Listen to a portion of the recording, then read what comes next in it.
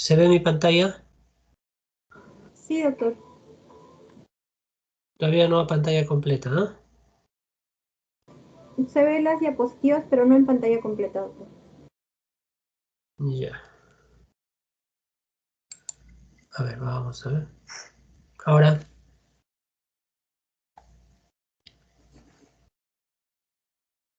¿Se puede ver pantalla completa?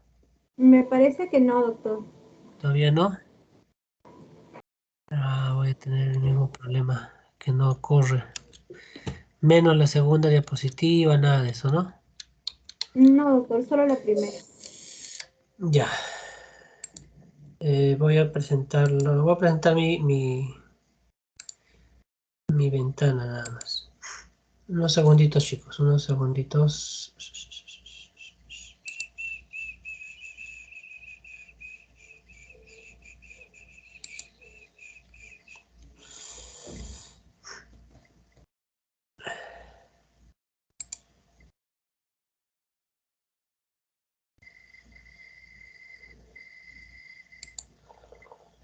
Ahora sí se puede ver. Sí, doctor. Ya ven mi pantalla, ¿verdad? Ya. Muy bien.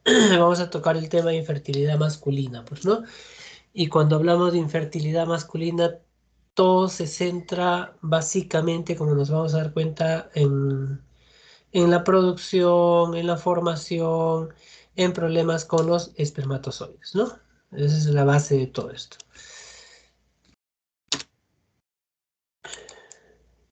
No quiere ni pasar en mi computadora. Recordemos algo de anatomía. La gran parte, a diferencia de las damas, de nuestros genitales son externos, ¿no? Testículos son externos, gran parte de los conductos son externos, una parte nada más es interna, asociada mucho con la próstata y el pene y todo lo demás es externo, ¿no? A diferencia de las damas, como digo, prácticamente todos los genitales de las damas son internos, ¿sí? Hay una parte externa, pero mayor importancia para problemas de fertilidad no es, en cambio en varones sí.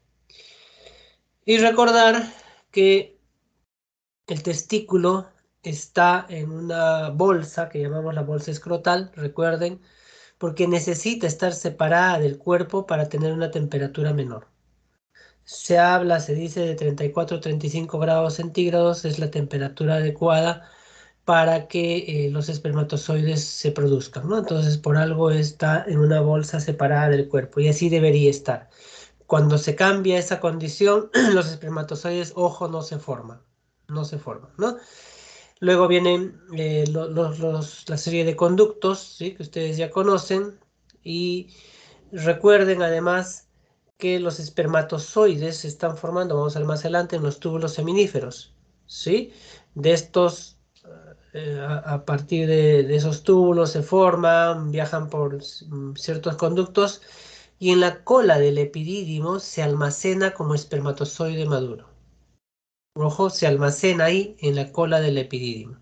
Luego viaja pues a otros conductos más que vamos a ver más adelante, ¿no? Histológicamente recordemos que los espermatozoides se forman de unas células que se llaman las células de Sertoli. O sea, básicamente las espermatogonias, pero tienen que estar las células de Sertoli ahí para que estas pues, se formen, ¿no? Y pasan por todo el proceso este que se llama espermatogénesis que vamos a ver ahora. Y hay otras células en esa misma zona, ¿sí? Estamos hablando, ojo, de los túbulos seminíferos, esto es parte de los túbulos seminíferos, y en el intersticio de los túbulos seminíferos existen otras células que se llaman las células de Leydig, ¿sí? Las células de Leydig son las que producen testosterona, hormona masculina, ¿sí? Recuerden, entonces hay dos células básicas, que ustedes lo saben bien, que favorecen a toda esta formación de espermatozoides, ¿no? Entonces recordemos, la espermatogénesis es la formación del espermatozoide y esta se da, como repito, en los túbulos seminíferos. Y en los túbulos seminíferos se da toda esta formación que va a ir de a poco, ¿no? De la espermatogonia que se va a formar en la edad fetal, pasando por el espermatocito de primer orden, de segundo orden, espermátides, hasta formarse los espermatozoides, ¿no? Entonces, están acá presentes las células de Sertoli para favorecer este crecimiento. Recuerden, ¿no? Mira, acá hay una microfotografía de un túbulo seminífero en la que se observan todas estas células y los espermatozoides en formación, ¿no? Arremolinados inclusive. Para que se dé esto, primero se tiene que dar una fase mitótica, ¿sí? Las células germinales se van dividiendo hasta ser espermatogonias y luego estas van a ser van a pasar por un proceso de división celular más hasta formarse los espermatocitos primarios, ¿sí? Y ahí empieza la meiosis, ¿no? Lo que ya ustedes conocen, tal como se da en las damas, meiosis 1, meiosis 2, hasta formar de una célula cuatro espermátidas. Cuatro espermátidas. Ahí acaba la meiosis 2, ¿no? Pero estas cuatro espermátidas son células tal cual como vemos, ¿verdad? Entonces, estas células tienen que pasar por otro proceso que se llama la espermiogénesis para que se forme el espermatozoide tal cual lo conocemos. ¿Estamos? Entonces dice que un adulto produce cerca de 100 a 200 millones hasta por vez, ¿no? Y hasta 1 billón en la vida, en toda nuestra vida reproductiva, hasta 1 billón de espermatozoides, ¿no? Que es bastante, ¿no? Entonces, la espermiogénesis es una vez formada la espermátida, se va a dar un proceso en el que el acrosoma se va formando, ¿sí? Va a empezar a formar un flagelo a través del centriolo, las mitocondrias se reorganizan alrededor de esta, el núcleo se compacta, entonces un núcleo compactado no es que pierde núcleo, y se elimina el cuerpo residual hasta formarse el espermatozoide como lo conocemos con una cola, ¿no? Y este sería el proceso final del espermatozoide ya formado. Tiene una cabeza compactada con una zona delante del núcleo que se llama el acrosoma, en la que hay múltiples enzimas que ya vamos a conversar luego, los centriolos acomodados y las mitocondrias alrededor, ¿no? De este segmento intermedio. Luego viene la cola, que es básicamente un flagelo, y como todo flagelo, si se pudiera hacer un corte, está formada por un disco, una pieza terminal que tiene esta característica de microtúbulos, ¿no? En pares, ¿verdad? Microtúbulos en pares, en este caso 9 pares de microtúbulos y uno central.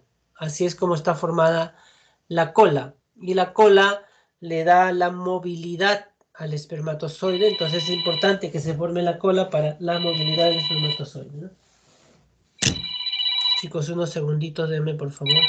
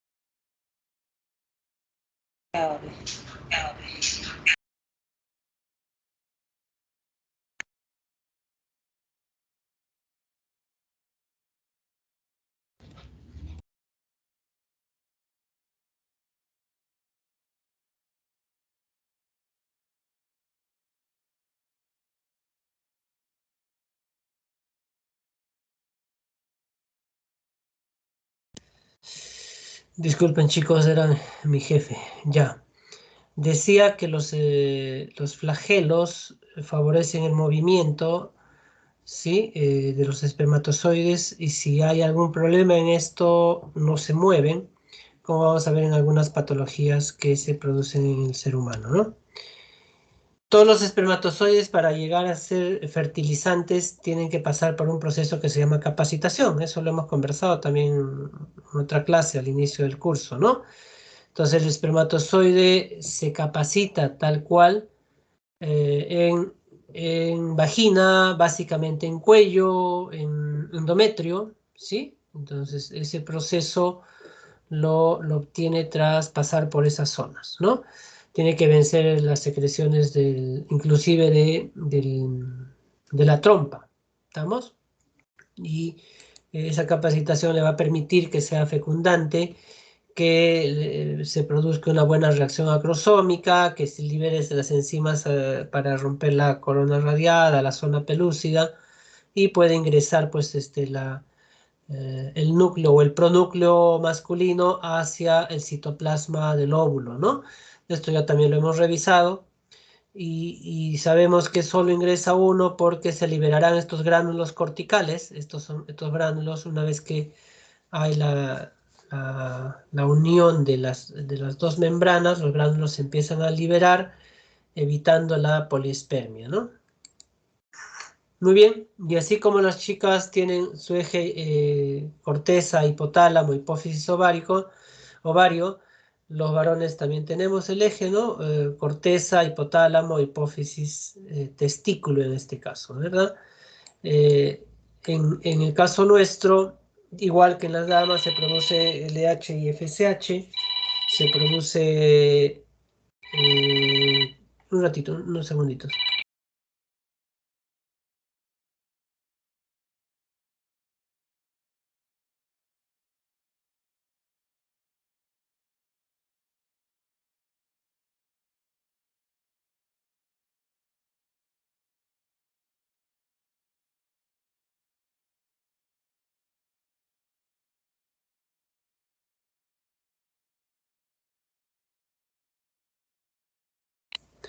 Disculpen chicos, entonces tenemos el mismo eje, algo parecido, liberamos FSH y LH.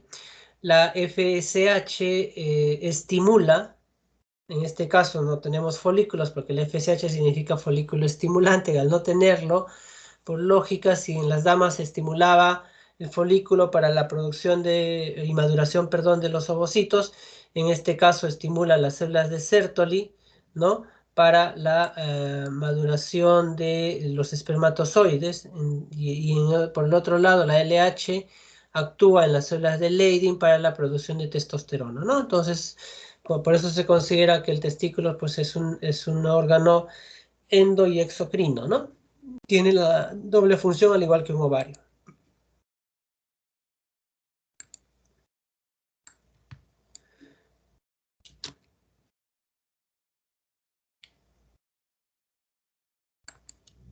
Muy bien. Entonces producimos testosterona básicamente y otras hormonas más masculinas.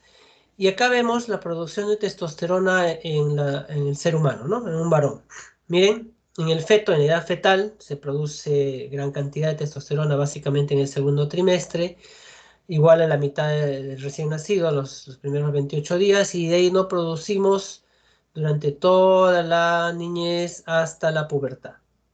Con la pubertad empieza la producción otra vez de testosterona hasta la edad de ancianos, ¿no? Adultos y ancianos, a diferencia de las damas que solo hasta que el ovario deja de funcionar, que es en promedio 49 a 50 años, hasta ahí producen estrógeno y progesterona. En los varones no, seguimos produciendo hasta el final de nuestras vidas prácticamente, y con ello se garantizaría la formación también de espermatozoides. Como vemos, se sigue formando espermatozoides hasta el final de nuestras vidas, ¿no? Que funcionen o no funcionen ya es un problema, ¿no? Melcochita lo sabe y otros que han tenido hijos al final de sus vidas. Acá una comparación con la fecundidad femenina y masculina, ¿sí? La femenina, como decíamos, culmina básicamente a los 50 años y en el hombre mucho más adelante, ¿no? ¿Hay causas de infertilidad masculina? Sí, se suelen dividir en pretesticulares, testiculares y posttesticulares, ¿no?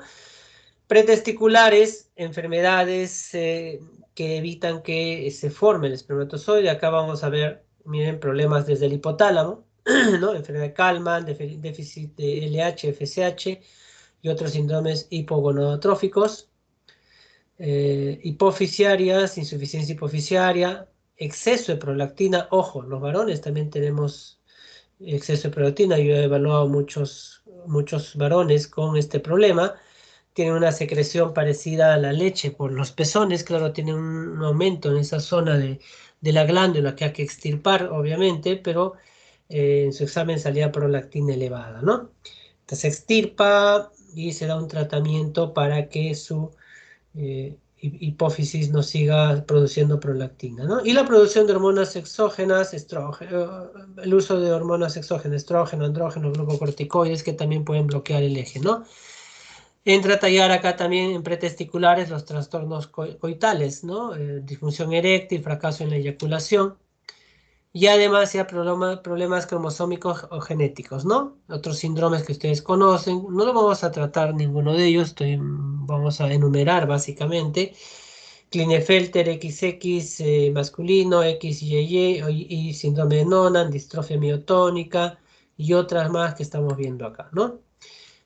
Y causas también que por ahí vamos a evaluar y vamos a de repente como médicos dar diagnóstico, la criptorquidia, ¿no? Recuerden que el testículo en el hombre se forma más o menos al costado del riñón cuando somos fetos y se calcula que entre la semana 30 a 32 de edad fetal en los varones, en los fetos varones, el testículo empieza a descender y en promedio de la semana 32 en adelante ya el testículo tendría que estar en la bolsa escrotal.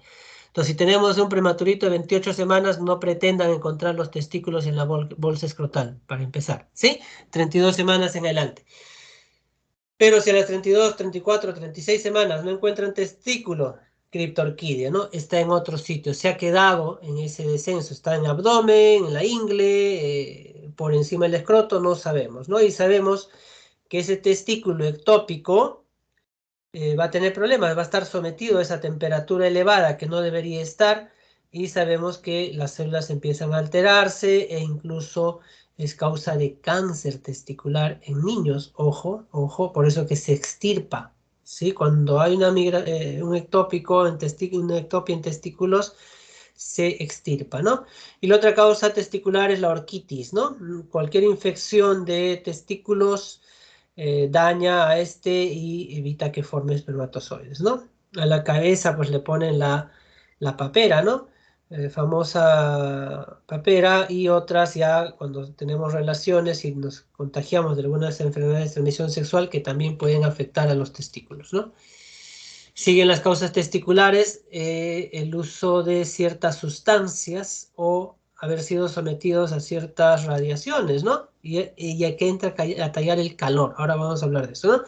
Entonces la radiación, ciertos fármacos, ciertas sustancias quimioterápicas pueden dañar o impedir la formación de espermatozoides, ¿no? Miren, acá tenemos una lista. Inclusive los antihipertensivos, imagínense, ¿no? Verapamilo, nifedipino, diltiazem, alteran el transporte del calcio intracelular y con eso la capacitación espermática, ¿no? Tabaco, alcohol, marihuana, ciertos metales pesados, cadmio, plomo, manganeso y el calor, ¿no? Y acá es importante este dato cuando tenemos una persona, un varón que no puede tener hijos, lo primero que nosotros preguntamos es a qué se dedica.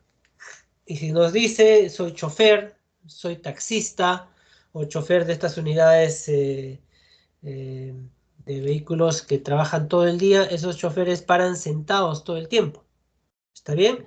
Entonces los testículos están pegados al cuerpo todo el tiempo, entonces tienen la temperatura de su cuerpo, 37 grados en promedio. Entonces no funciona, pues. Le dijimos, tiene que estar separado, pero si estoy sentado encima en unos asientos que calientan toda esa zona, esos testículos están tan fritos, por no decir otra cosa, y no van a producir espermatozoides, ¿no? Entonces, y hay personas que usan mucho sauna, están sometidos a calor ambiental de altas temperaturas, tienen problema, imagínense, de formación de espermatozoides. Y acá sigue la lista: pesticidas, quimioterápicos, radioterapia. Acá también un punto aparte: los varones, perdón, que son sometidos a radioterapia por A o B motivos, un cáncer, un tipo de cáncer, va a depender de la dosis que reciban para recuperar la formación de espermatozoides, ¿no? Puede demorar esto incluso 5 años a más,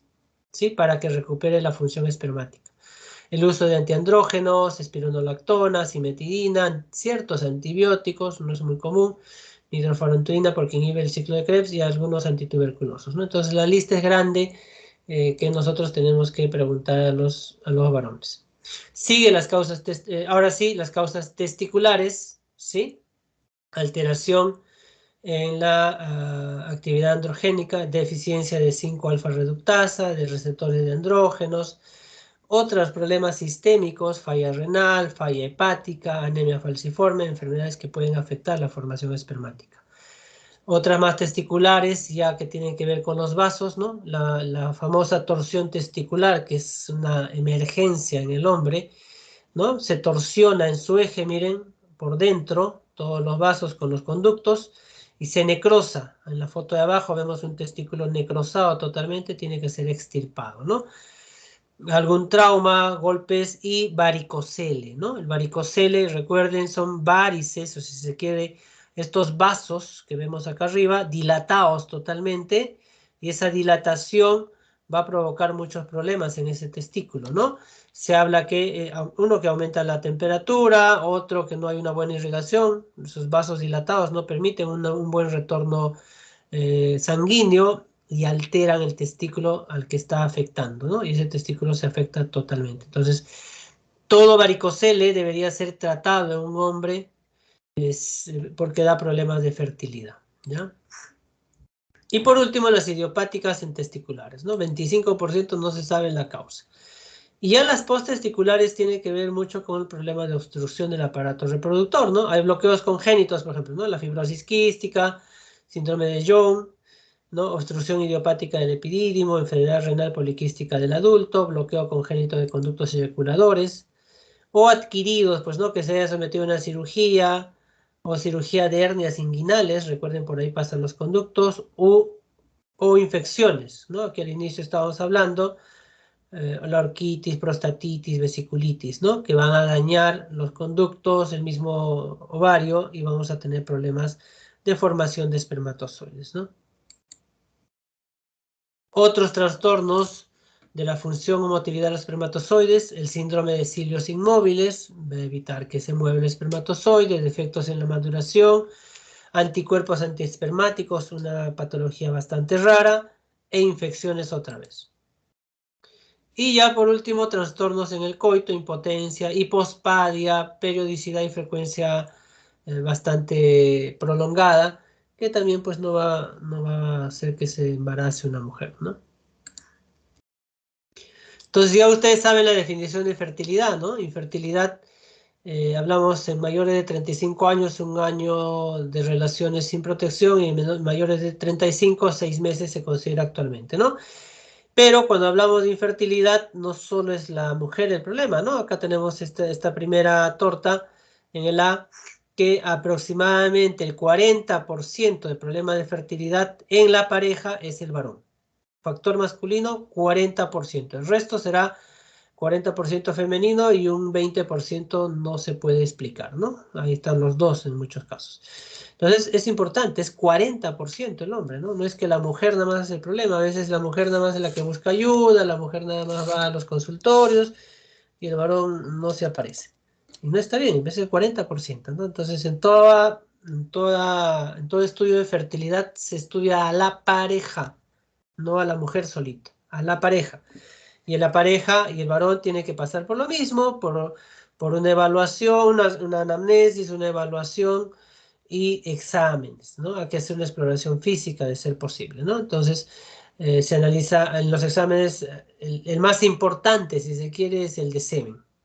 Hay de hormonas y otras pruebas, depende del caso, para ver qué tipo de terapia se va a utilizar en ese varón, ¿no? Entonces, en la historia clínica o en la anamnesis, miren, la lista es gigante. ¿Qué cosas tengo que preguntar? Tiene que ver con todas las causas que hemos estado hablando, ¿no?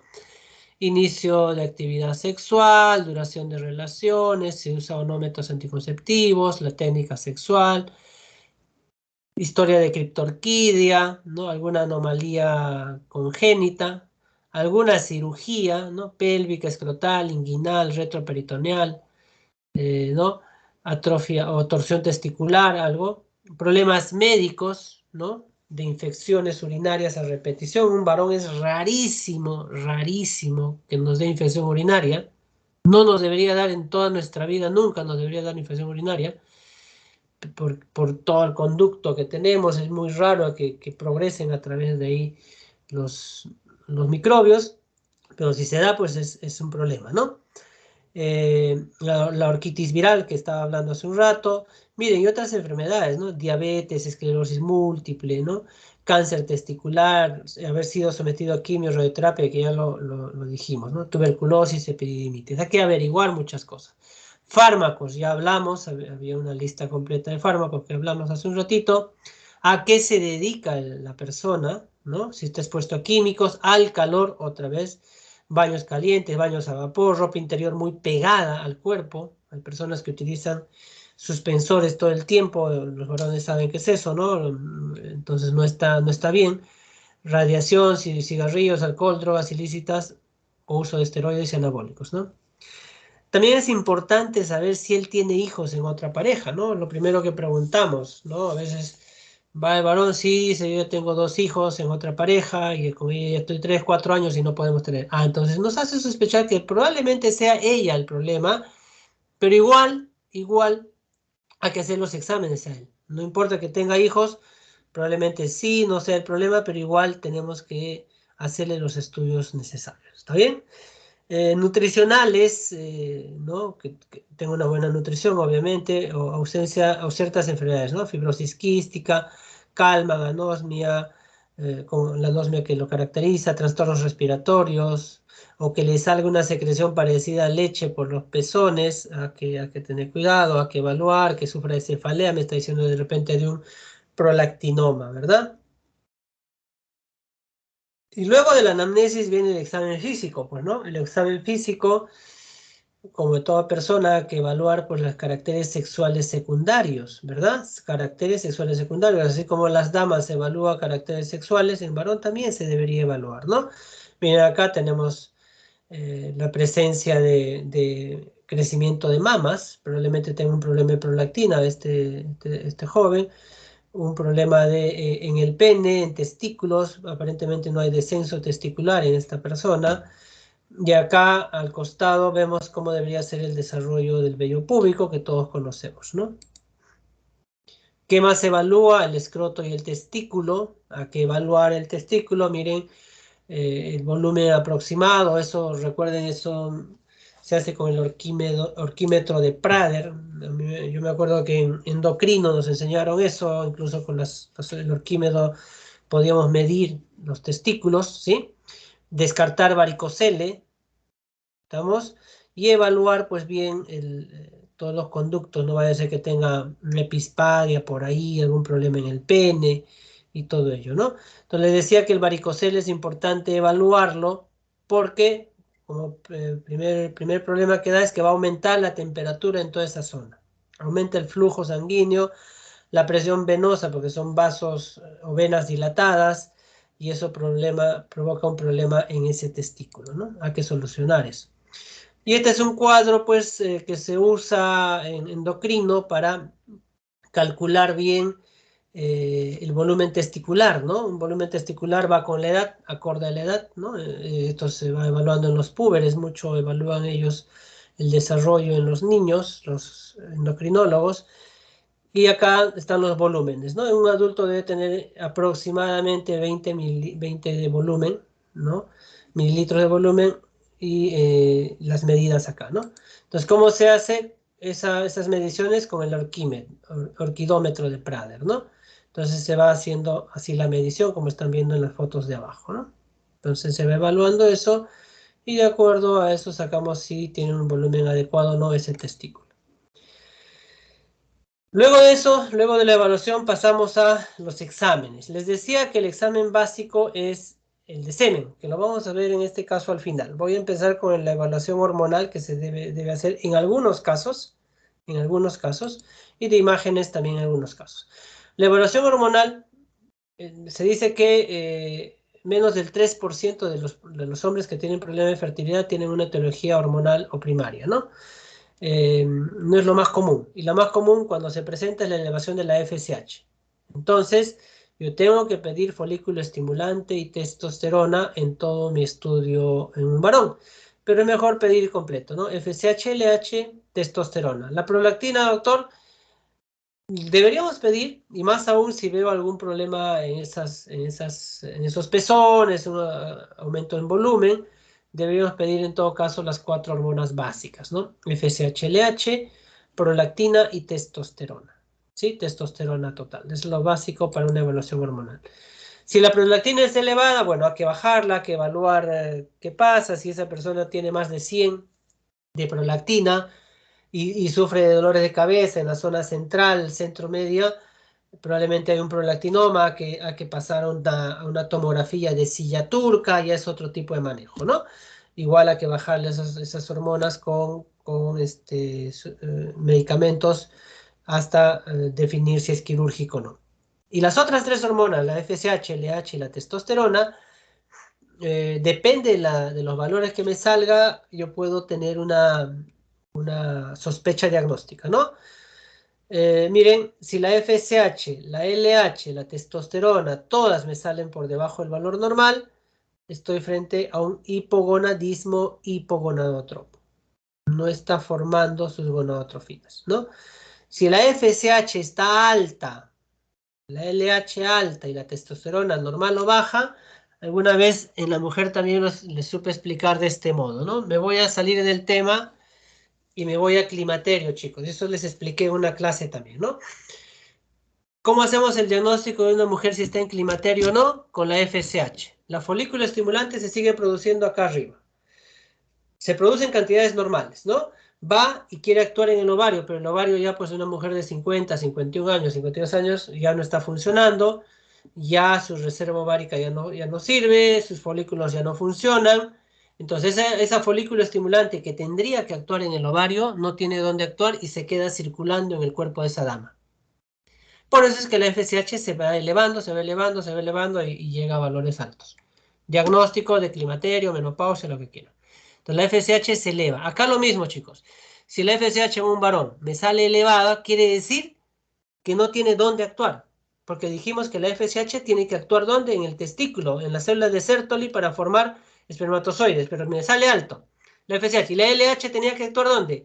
También en el testículo, en la célula de Leydig, para formar testosterona. Entonces, si estas dos me salen altas, estoy sospechando que el problema es el testículo, falla testicular primaria. Ese testículo no funciona. Por ende, nos está formando testosterona muy bajito. Hipogonadismo, hipergonadotropo. Está saliéndome la FSH, LH altas porque no tiene dónde actuar. Ojo, ¿ya? Eso es fácil de entenderlo. Y si me sale alta la FSH, la LH normal, testosterona normal, hay un problema en la espermatogénesis. Hay algún problema en la espermatogénesis que hay que buscar la causa, ¿no? Entonces eso por favor recuerden bien. En algunos casos, actualmente ya no se hace mucho, pero de todos modos se los presento. Antes se hacía más, ahora ya ha pasado casi en desuso, excepto la ultrasonografía, ¿no? La ecografía si se quiere. Antes se hacía pues venografías, vasografías, ¿no? Para ver cómo estaban los conductos. Actualmente está en desuso, como digo, se hace ecografías, esto se hacía, ¿no? Venografías para ver, pero está en desuso. Y por último, el análisis de semen, ¿no? En el análisis de semen se ve varias cosas en el semen, ¿no?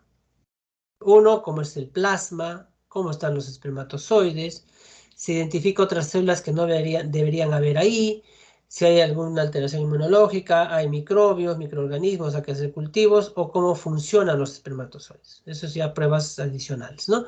Pero en el análisis de semen se pueden hacer todas estas cosas que vamos a revisar rápidamente, uno por uno, para tenerlo claro, ¿no? Entonces se recolecta el semen, ¿cómo? Al varón se le tiene que explicar que tiene que tener una abstinencia de más o menos 2 a 3 días. Luego conseguir un contenedor adecuado de polipropileno que vienen en todas las farmacias. Previa a la masturbación se tiene que obtener la muestra y lo ideal es entregarlo antes de los 60 minutos, procurando que se mantenga una temperatura corporal, ¿no? Le decimos que lo ponga por dentro, pegado acá al cuerpo, si se quiere, encima el pantalón, para que mantenga una temperatura adecuada hasta que lo entregue, ¿no? ¿Y qué es lo primero que se evalúa? ¿No? La licuefacción, ¿sí? El semen, cuando sale, es prácticamente, tiene una característica especial, ¿no? Parece una especie de un coágulo, todo pegajoso, y se sabe que se va licuando. A los 30 minutos ya va licuándose y a los 60 minutos queda totalmente licuado. ¿Qué significa? Que se hace líquido. Eso que veíamos medio pegajoso, gomoso, se hace líquido. Eso es lo normal, porque si no, no se liberarían los espermatozoides. ¿Sí? Y de paso los protege durante esos minutos. Luego los libera, se liquefacta y se liberan los espermatozoides y van a viajar hacia adentro. Pero si no se liquefactan, nos dice que probablemente hay un problema de prostatitis, porque como les repito, si no se liquefacta y sigue así pegajoso, los espermatozoides no se van a liberar de ese semen. Segundo, ¿qué se evalúa? Características de ese plasma seminal, ¿no? Tiene que ser blanco opalescente, es viscoso, como hemos dicho, tiene un volumen de 2 a 6 mililitros aproximadamente, o si quieren centímetros cúbicos. Menor de eso es hipospermia, ¿no? Y aspermia es cuando ya no hay eyaculación, pues, ¿no? Eyaculación. El plasma del semen también se evalúa y se dosa, si se quiere, ciertas sustancias, ¿no? Fosfatasa ácida, fructosa y prostaglandinas. Recuerden, la fosfatasa ácida es producida por la próstata y fructosa y prostaglandinas por la vesícula seminal. En el cuadro de abajo les hago recordar la composición del semen, ¿no? Del líquido del semen, del fluido seminal. ¿Está bien?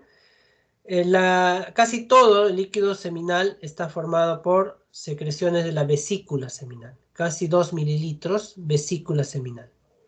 Le sigue la secreción prostática con medio mililitro. Y más alejadito, 0.1 a 0.2 mililitros, varias glándulas, como vemos acá, ¿no? Littré, Cooper, secreciones del epidídimo y secreción propia del testículo. Todas esas cuatro hacen un poquito del fluido seminal, pero la mayor cantidad de fluido seminal, recuerden, es la vesícula seminal. La vesícula seminal le da esa característica, ¿no? Entonces, ese plasma seminal tiene que tener un pH adecuado, ¿no? Es básico, en este caso es básico, ¿no? 7.2 a 8. Cuando se hace muy ácido, estamos hablando de un problema de vesícula, o cuando se hace muy álcali, estamos hablando de un problema de próstata, ¿no? Mayor de 8, muy elevado, un problema de próstata a la cabeza. Cuando está menor de 7, de repente hay un problema de vesícula seminal o no tiene vesícula seminal. ¿Está bien? O hay algún problema o una infección que dañó esa vesícula. Entonces eso también a tener en cuenta, ¿no? Ya lo dije hace un ratito, los marcadores de las glándulas, la vesícula forma fructosa y la próstata la fosfatasa ácida con otras sustancias más, ácido cítrico, zinc, pero básicamente tienen que recordar la fosfatasa, ¿sí? La próstata forma fosfatasa, si esta no se forma, Me está diciendo que hay un problema de próstata y viceversa, y lo mismo para la vesícula, ¿no? La fructuosa seminal se tiene que formar en valores adecuados. Si no se forma, tengo un problema de vesícula seminal. ¿Qué más se evalúa en los espermatozoides? La motilidad, cómo se mueven los espermatozoides. Y hay una clasificación antigua que sigue vigente, pues no, que lo clasifica en 4 categorías, ¿sí? Motilidad progresiva rápida, es decir, se mueve la colita y a la vez avanza. Progresiva lenta, se mueve la colita pero avanza poco, es lento. En la otra, motilidad no progresiva, se mueve la colita pero está ahí inmóvil, no avanza nada. Está moviéndose, ¿eh? La colita, todo el cuerpito se mueve pero no avanza ni 1 milímetro. Y el último es que no se mueve para nada. ¿Sí? Entonces se clasifican A, B, C y D. Entonces, ¿qué se requiere para que consideremos que tiene una buena motilidad? Que hay dos opciones, ¿no? Que entre el A y el B tengan más del 50%. O que el A tengamos más del 25%. Repito, que haya por lo menos 25% con motilidad progresiva rápida, suficiente. 25% de esos van a llegar. O que entre el A y el B sumen 50%. Valores menores a eso, astenozoospermia. Astenozoospermia, que no progresan, que no avanzan. Además hay que hablar de la concentración de espermatozoides, se habla en millones, ¿no? Ha cambiado, 20 millones siempre se ha trabajado. Menos que eso es oligosospermia, ¿sí? Y si ya no hay espermatozoides, asospermia. Falta de espermatozoides o no formación de espermatozoides, asospermia, ¿sí? Asospermia. Y además hay que ver la característica del espermatozoide, la forma de los espermatozoides, ¿no? Ustedes ya lo conocen, tienen cierta característica, su cabeza, la cola y todo, ¿no? La pieza intermedia. Pero existen espermatozoides malformados, ¿no? Con cabezas irregulares, cabezas pequeñas, doble cabeza, cabeza grande o que no han madurado. Todo eso también se tiene que evaluar en este espermatograma, ¿no? Existía la clasificación antigua de Kruger, en la que nos mostraba todos estos problemas en los espermatozoides, ¿no? Problemas en la cabeza, en la parte intermedia, en la cola, y cuando sobrepasaba el valor normal de malformados, se habla de teratosospermia. Teratógeno es algo malformado, ¿verdad? Acuérdense. Y teratosospermia estamos hablando de espermatozoides malformados en porcentajes elevados, ¿sí? Eso a tener en cuenta también. Y acá vemos en algunas fotos, en el A es normal, el B vemos una cabeza grande, grande, bastante grande. En el C vemos una cabeza alargada más que otra cosa, ¿sí? Se ven cabezas alargadas en estos dos. En el D vemos una cabeza grande y a la vez doble cola. Arriba también hay hasta parece 4 colas.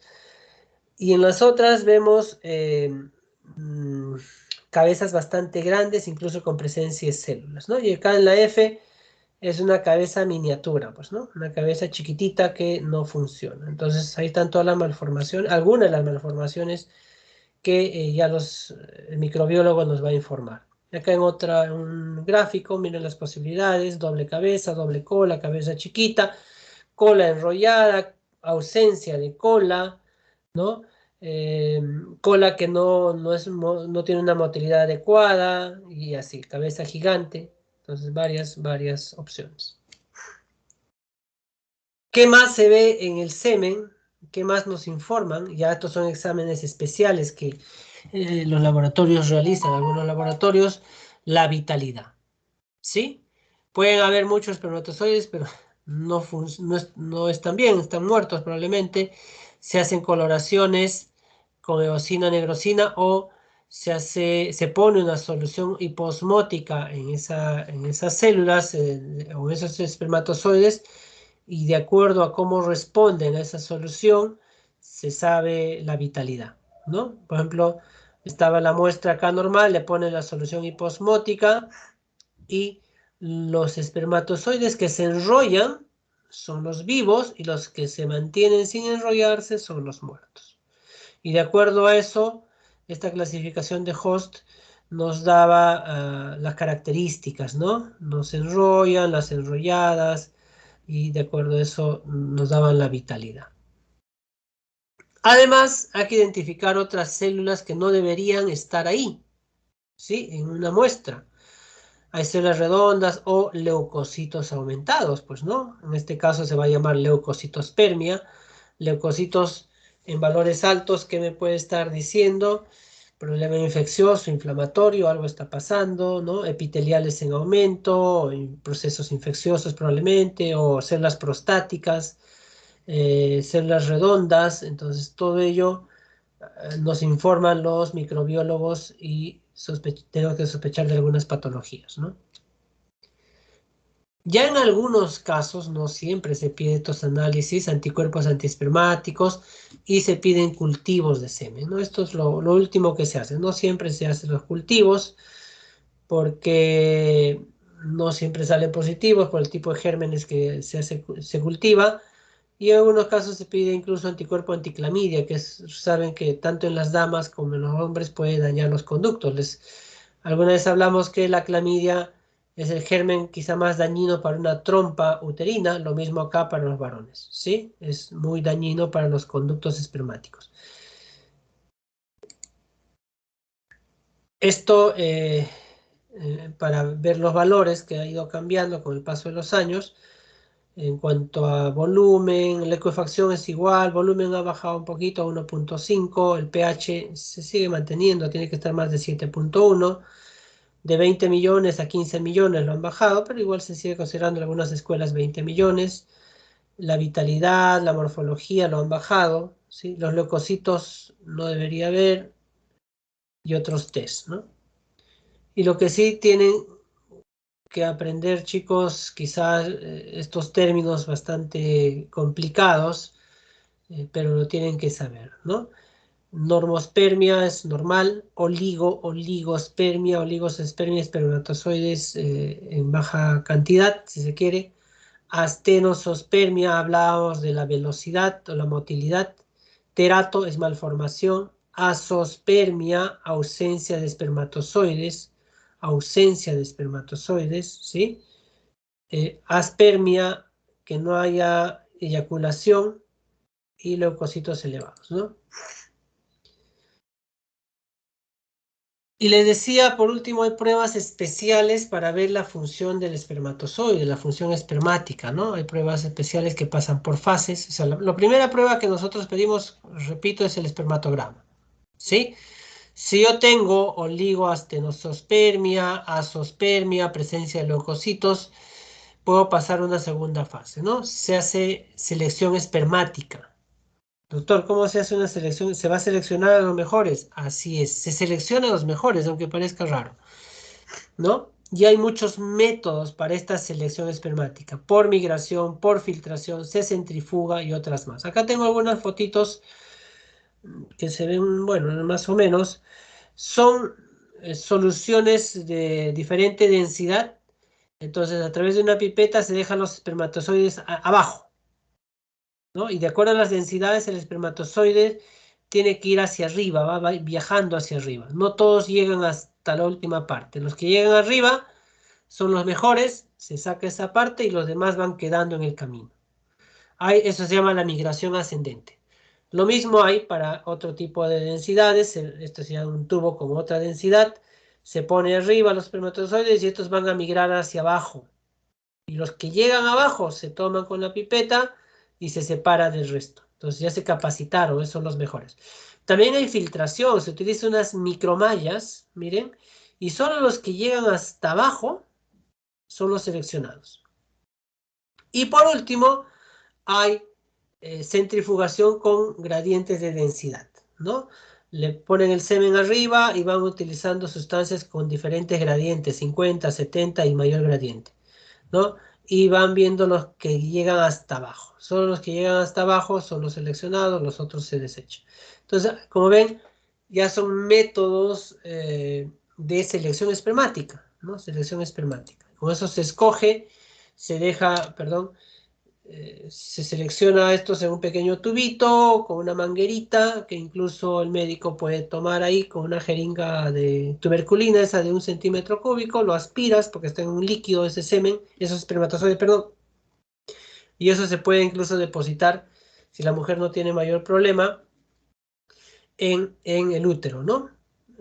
Eso se deposita a través de un tubito en el útero, se aplasta la jeringuita y se deja los espermatozoides ahí adentro para que migren solos y progresen hacia la trompa, ¿no? Se busca que sea el día de ovulación, obviamente. Entonces, tras una capacitación espermática se puede hacer eso, cuando el problema es el hombre. En este caso es mi tema hombre. No tiene buena formación de espermatozoides, entonces la mujer está sana, todo bien, simplemente se puede hacer esta capacitación, se obtiene, como les repito, en una jeringuita con un tubito, se pone una canulita a través del cuello uterino cuando la mujer está ovulando, se deja la cánula en el útero, se aplasta la jeringa, se deja todas esas células seleccionadas dentro del útero que migren solitas y se logra el embarazo, ¿no? Es un método, cuando el problema no es la mujer. Hay otra prueba de función espermática que le dije hace un rato, esta técnica de la tinción y del host eh, por uso de soluciones hiposmóticas. También ahí se obtiene espermatozoides, ¿no? Y ya la tercera fase ya son técnicas de reproducción asistida, pues, ¿no? Y es algo más difícil, más complejo. Estamos hablando en el hombre, no en la dama, ¿no? Eh, Hay que hacer exámenes, hay que obtener ya incluso a través de ciertas parecidas cirugías, aspiración de testículo de ciertas zonas, y acá tenemos el manejo luego de eso, ¿no? ¿Qué se hace en casos de problema de fertilidad en el hombre? No todo es quirúrgico, vemos farmacológico, depende del caso, pues, ¿no? Si he encontrado problemas de prolactina, hay que dar tratamiento. Problemas de hipogonadismo, hipogonadotrópico, vamos a ver, depende del caso, gonadotrofinas. Hipertiroidismo, hipotiroidismo, tratar el problema y luego podría tener una mejor producción de espermatozoides, ¿no? Infecciones bacterianas también, ¿no? Hay que tratar al paciente de las infecciones, ¿no?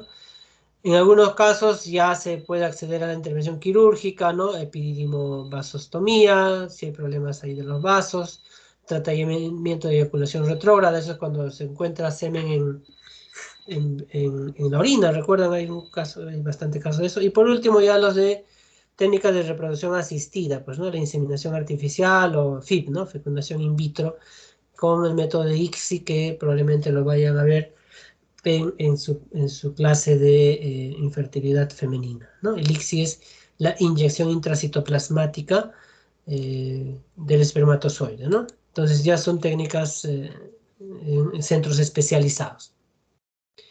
Acá vemos que se puede incluso aspirar, no, acá estamos viendo una microcirugía para tratar de restituir en una persona que se le ha hecho una cirugía previa, ¿no? Y hay métodos de recuperación espermática. No puede formar o forma muy poquito. Miren, hay un montón de técnicas. Se aspira a través del epidídimo, percutáneo, extracción espermática a través del testículo y hasta aspiración espermática testicular percutánea. Son como aquellas biopsias que no sé si alguna vez han visto, lo van a ver, que nosotros hacemos en mama, ¿no? Hay unas agujas especiales que hacemos, hincamos esa zona y como que aspiramos y jala parte de tejido, ¿no? Entonces se va obteniendo tejidos, en este caso células, ¿no? Entonces se hace con anestesia, obviamente, y no requieren la mayoría de ellos incisión, algunos sí, depende de la técnica que se haga, y se va obteniendo los tejidos, ¿no? Por ejemplo, acá, miren, es una especie de jeringa a presión negativa. Con esto se va a hincar el testículo, ahí abajo lo están hincando, y va esto a aspirar el tejido y las células, ¿no? Y de ahí van a obtener los espermatozoides. Muy bien. Eso es a grandes rasgos la clase de fertilidad masculina. Si tuvieran alguna pregunta, duda.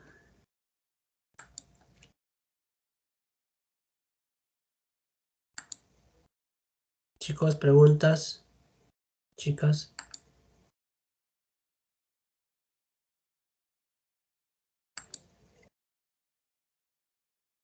¿Alguna pregunta, muchachos? Gracias.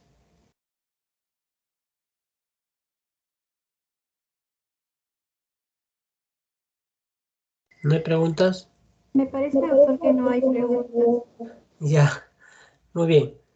Ya conmigo Doctor, nos estamos encontrando a las 5 de la tarde para el examen, ¿ya? Ingresen temprano, por favor.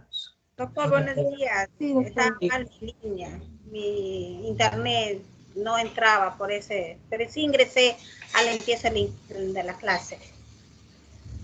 Ya, Ordóñez. bueno, con tardanza. Voy a pasar rapidito lo que no han estado. Guailinos, ¿está?